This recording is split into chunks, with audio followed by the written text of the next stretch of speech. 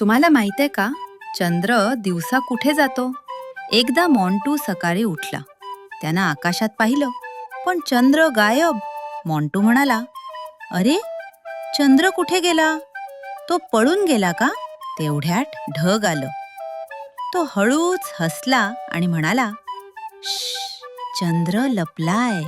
लपलाय? मॉन्टू आश्चर्यानं म्हणाला. ढग म्हणाला, हो, तो खूप लाजाळू आहे.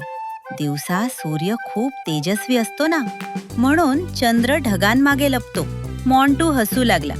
म्हणजे तो लपाछपी खेळतोय. ढग म्हणाला, हो, चंद्र कुठे जात नाही. तो आकाशातच असतो. फक्त सूर्यामुळे आपल्याला दिसत नाही. मॉन्टू खुश झाला. अच्छा, म्हणजे चंद्र अजूनही आहे, फक्त लपलेला.